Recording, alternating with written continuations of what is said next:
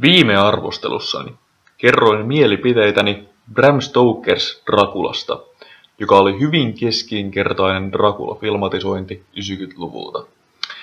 Vertasin sitä klassisempiin Dracula-elokuviin, ja se oli yksi hauskimmista videoista, mitä olen tehnyt.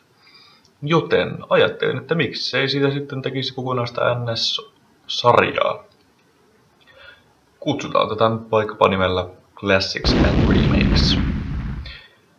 Ja sanotaan suoraan, että olen tietoinen tämän muistuttavan hyvin paljon nostalgiakritiikin Old vs. New-ohjelmaa.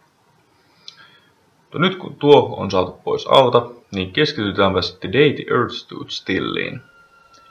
Alkuperäinen klassikko vuodelta 1951 ei ole ainoastaan yksi meikäläisen suosikki skifi-leffoista, vaan se on yksi meikäläisen lempielokuvistani ikinä. Eli meillä on alieni nimeltä Klaatu, joka tulee maahan lentävällä lautasella, siistiin robotin nimeltä Gord kanssa.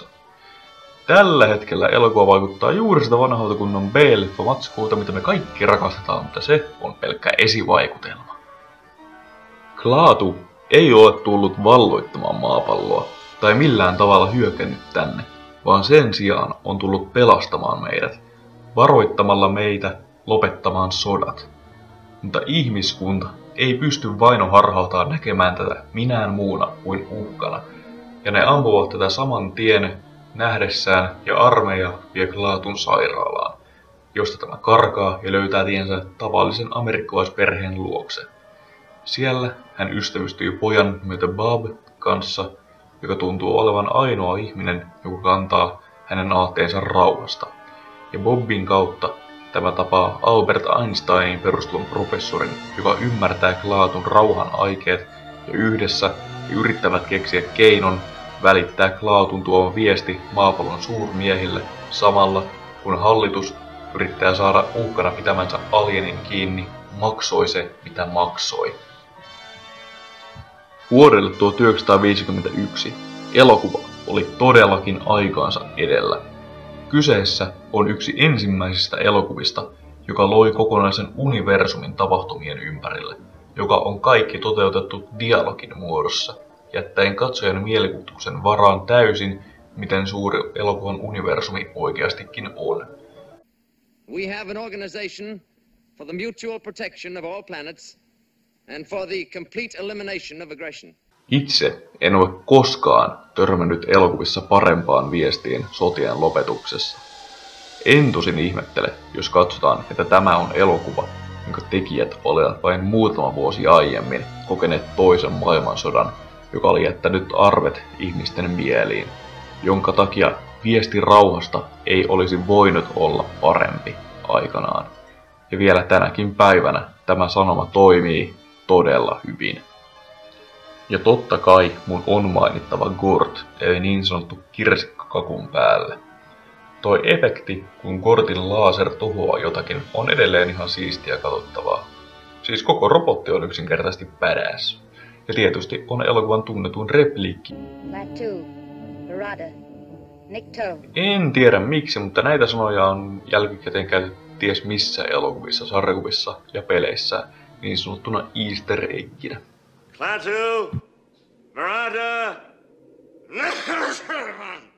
Mutta nyt on aika siirtyä vuoden 2008 ilmestyneeseen katastrofiin, joka on The Day the Earth Stood Stillin remake.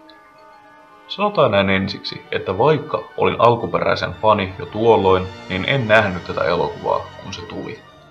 Ainoa asia, mitä olen nähnyt elokuvasta, oli muutama satunnainen kuva internetissä ja tietenkin DVD oli vilahtanut usein kaupan hyllyllä. Mutta ensi kertaa, kun katson sen, oli vasta nyt, kun rupesin työstämään tätä arvostelua. Ja elokuva ei pettänyt meikäläistä.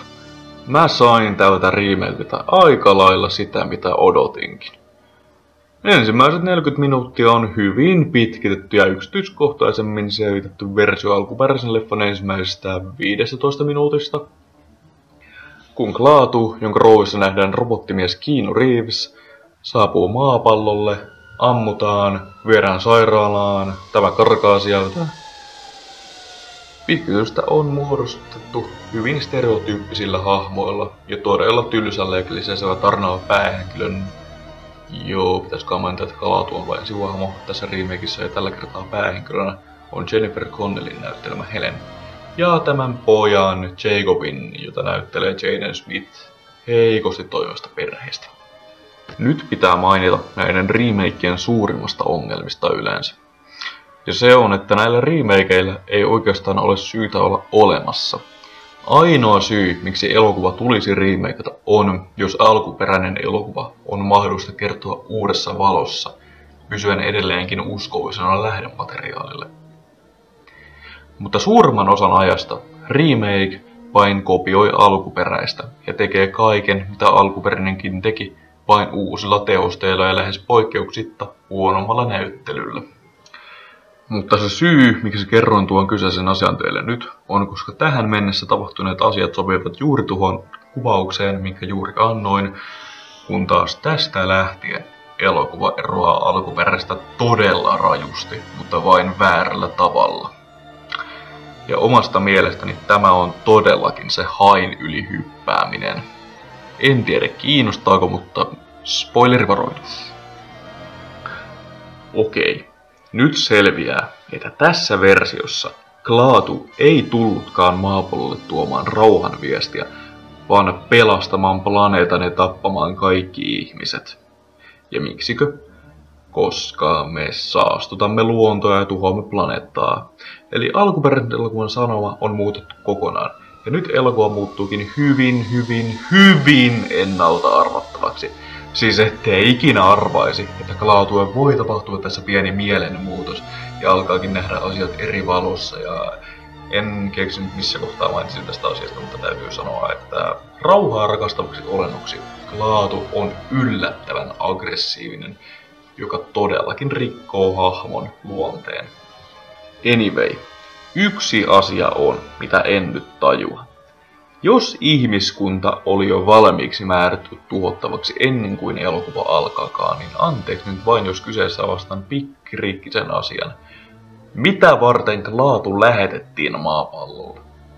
Jos kerran päätös oli jo lyöty lukkoon, niin miksi tämä yhdyskunta, joka tämän teki, meni lähettämään miehen maapallolle? Koko alkupuolen aikana Klaatu yrittää päästä puhumaan maapallon johtajien kanssa, mutta mitä tämä olisi kertonut heille? Anteeksi vain, olette perseestä ja kuolette kohta. Ja vaikka Klaatun mukana tuli tämä ase, jolla ihmiskunta tuhottaisiin, niin miksei tätä asetta vain lähetetty suoraan maahan ilman Klaatua? Anteeksi nyt vain tämä ylianasointi ja paikallaan jungaminen, mutta tämä oikeasti häiritsee meikäläistä. No, näyttely elokuvassa on ihan ok-tasolla. Keanu Reeves on edelleen se sama palikka kuin 20 vuotta sitten, mutta tällä kertaa tällainen sievuton monologi tietyllä tavalla sopii hahmoon. Jaden Smith on todella ärsyttävä Jacobina, ei mitään, mitä ei ole nähty jo 1000 kertaa aikaisemmin. Jennifer Connelly toimii Helenä ja John Cleese on aivan loistava professorina, mutta hahmon rooli on ihan liian pieni. Kuten arvata saattaa, niin Gord on CGI-ta. Designiltaan tämä näyttää aika siistiltä, mutta oliko Gordista pakko tehdä Godzilla? Siis vau, ne oikeastikin tekivät tästä kaverista titaanin. Hahmolla ei ole oikeastaan mitään tekemistä juonen kanssa, mutta Gordin kohtaukset ovat leffan highlightti. Valitettavasti Gord on selvästikin mukana vain, jotta elokuva saisi mukaan toimintaa ja räjähdyksiä. Muistuttaa vain siitä, miten alkuperäinen leffa ei tarvinnut tätä toimintaa. Siis jäin oikeasti kaipaamaan sitä alkuperäisen charmia ja rauhaa dialogin kanssa. Mutta en voi siltikään sanoa, etteikö tämä remake ollut viihdyttävää seurattavaa. Siis ei se mitään A+-tason viihdettä ollut, mutta popcorn-viihteenä se toimii. Hieman sama juttu kuin vuoden 1998 Godzilla.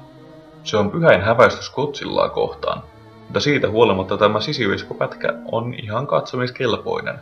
En tiedä voiko tätä nyt ihan suositella, mutta jos tahtoo nähdä jotakin perushuttua, niin ota kuohoinen popcornia ja nautit tästä.